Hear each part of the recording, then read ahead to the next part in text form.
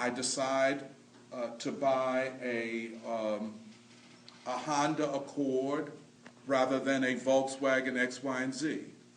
I decide to buy a flat screen TV rather than to pay my rent. You see what I'm saying? Or on and on and on. Or as Christmas is coming, I want my children to be happy. So we're going to buy Christmas trees and gifts and all that type of thing. And I ain't going to be able to pay my mortgage for the next 2 months. Okay. That's one set of decisions. Now, I would argue they are not strategic. We are not strategic agents in the market. The markets that the news talks about are the markets controlled by strategic agents, banks, investors, hedge funds, and on and on and on.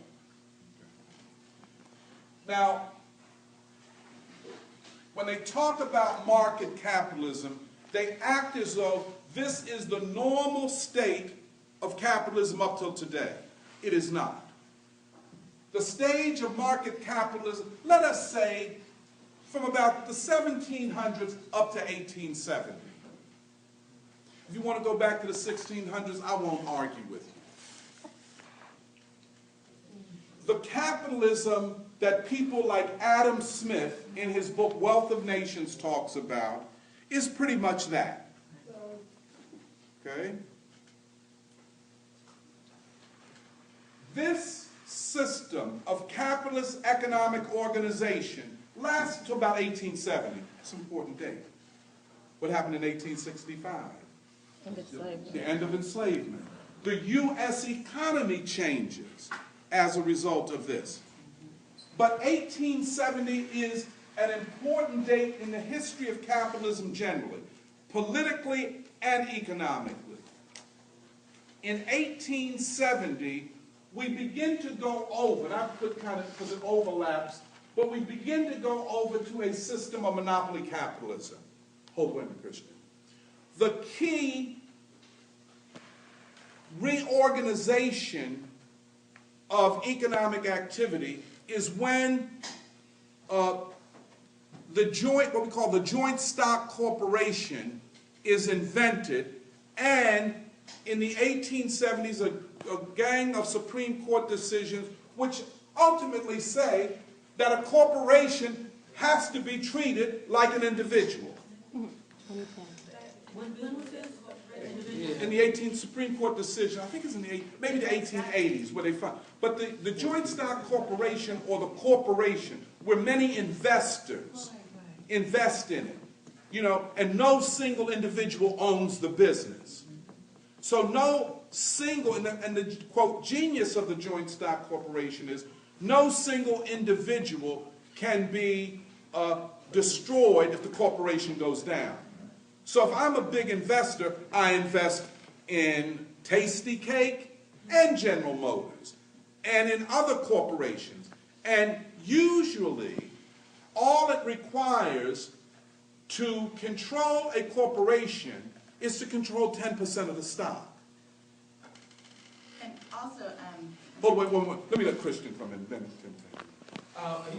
were you responding to that? Because I was going to say the Dred Scott case is where Tawney opened up the door, where he said, because he didn't want blacks to be able to have citizenship as semi-free people. This is very interesting. But he said that, but he had these alliances with corporate folks and with slaveholders, and so he basically didn't want to, he wanted to support corporations as non-human entities to be able to get legal rights as citizens, but not have that open the door for black people to get legal rights as citizens under the same thing.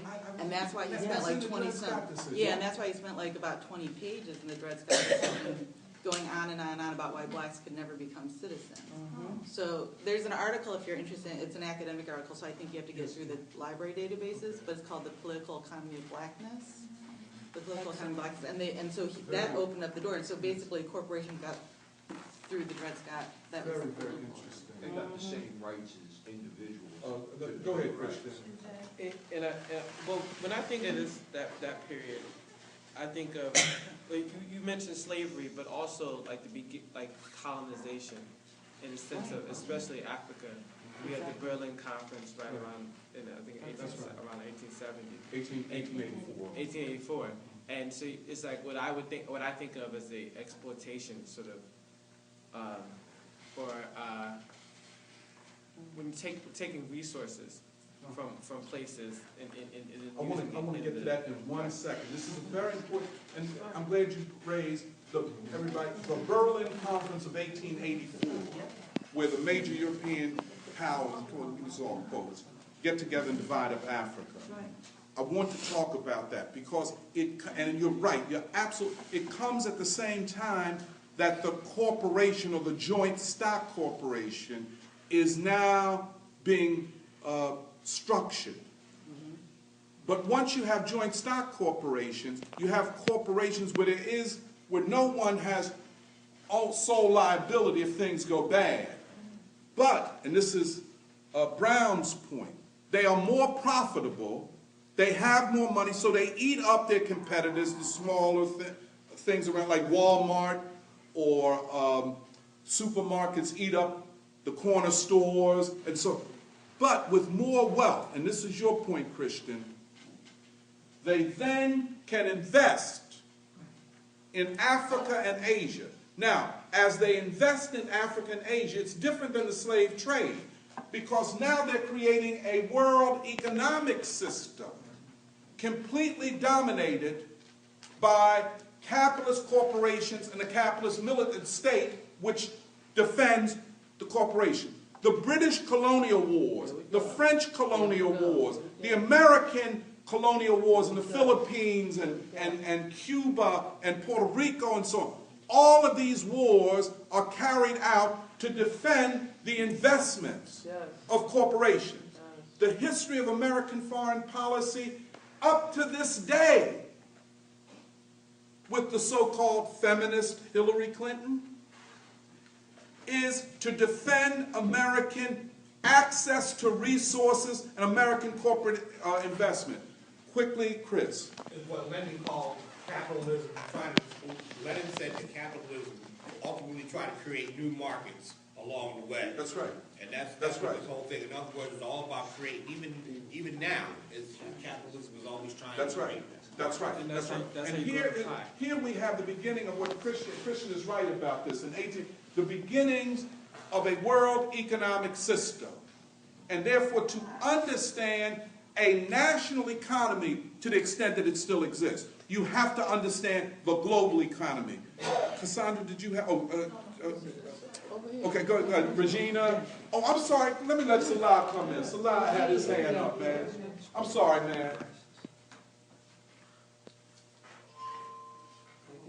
Oh, yeah, go.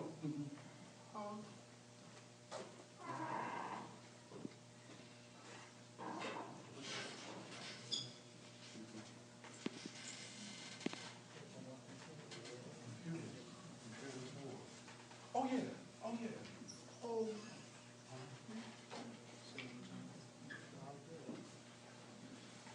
Overproduction. Yeah, overproduction. What Salah talked about is imperialism and foreign investment as a way to deal with the crisis of overproduction in the national or domestic economy. And this that's right. And this leads to what we call imperialism.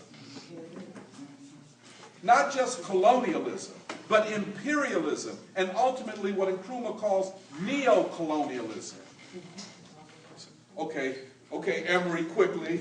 Yes, the first American colony, Virginia, was founded by an English corporation, joint stock company, and England's imperialism, they were the parents of American imperialism. And if you look at how prominent the BBC News has entered the American media consciousness, you find that you're getting guidance from the fathers of imperialism in the world. The joint stock company was not an American invention.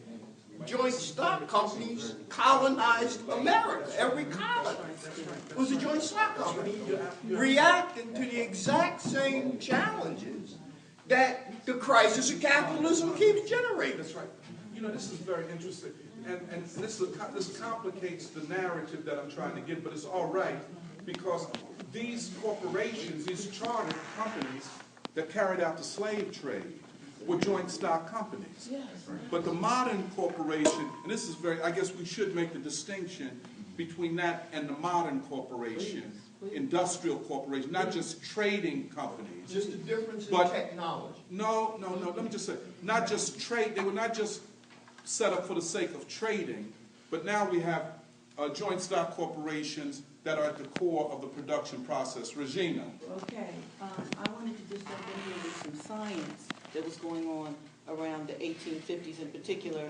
That's when Darwin wrote his, that survival of the fittest, which helped the capitalist imperialists to be as dominating and as people-hating as possible. Because that's when the science moved towards people destruction, because the fittest, of course, That's right. was white, people That's right. of That's right. white ancestry.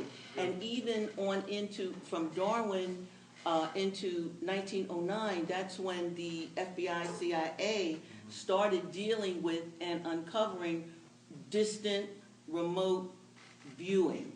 And they also paired around this time with scientists to figure out ways in which to control the populations without the populations actually There's no knowing question. this. So all of that, ties right into that mindset of This- dog eat dog. This is very important. The theory, what we call social Darwinism. Yes, And how it emerges and replaces religion as an explanation for race and racial inferiority and superiority. You're absolutely right. It now becomes, quote, science that proves that the Africans should only serve the white man. It's not the book of Isaiah or something, wherever they tried to pull something from, or Genesis. So this is very, I agree with you.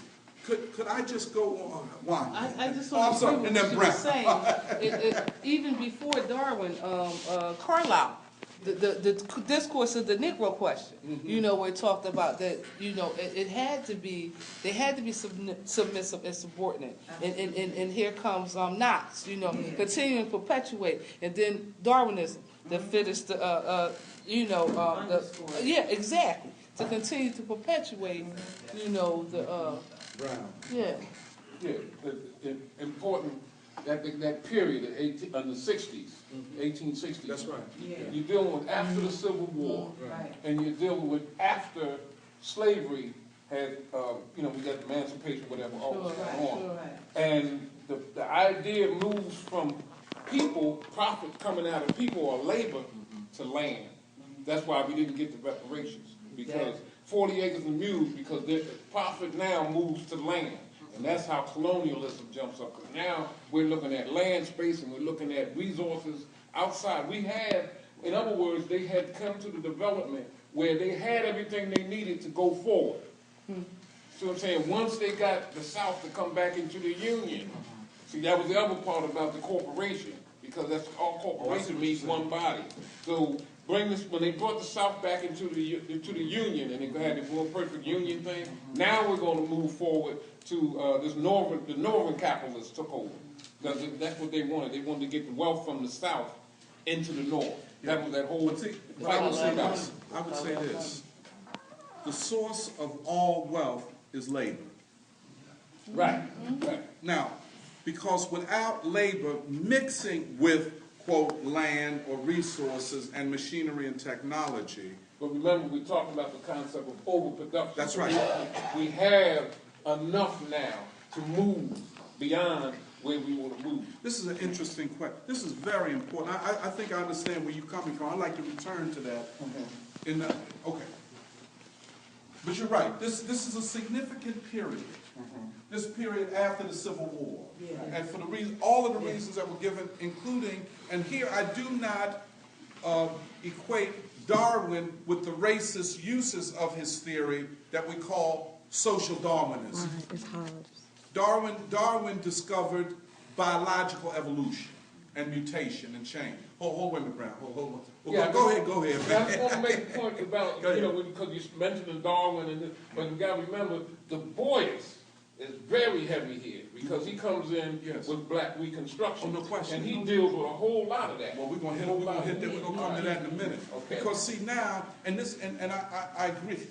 I agree completely with Regina's point, and with other points, and Wanda's point here, that none of this is occurring outside of the ideological and social relational patterns of white supremacy and black oppression. It is at the very core. So to talk about world history, especially as you mentioned, without understanding what Du Bois, more than any other social thinker of the modern epoch, understood, the centrality of race, not as an identity, but as a social relationship. I'm black and I'm proud is a good slogan. But from a social scientific point of view, we want to know more than identity. We want to understand what race signifies in terms of human social relationship in a world economy based upon imperialism. That's what we're trying to get at. And that is why, you remember we talked about, hold on a minute.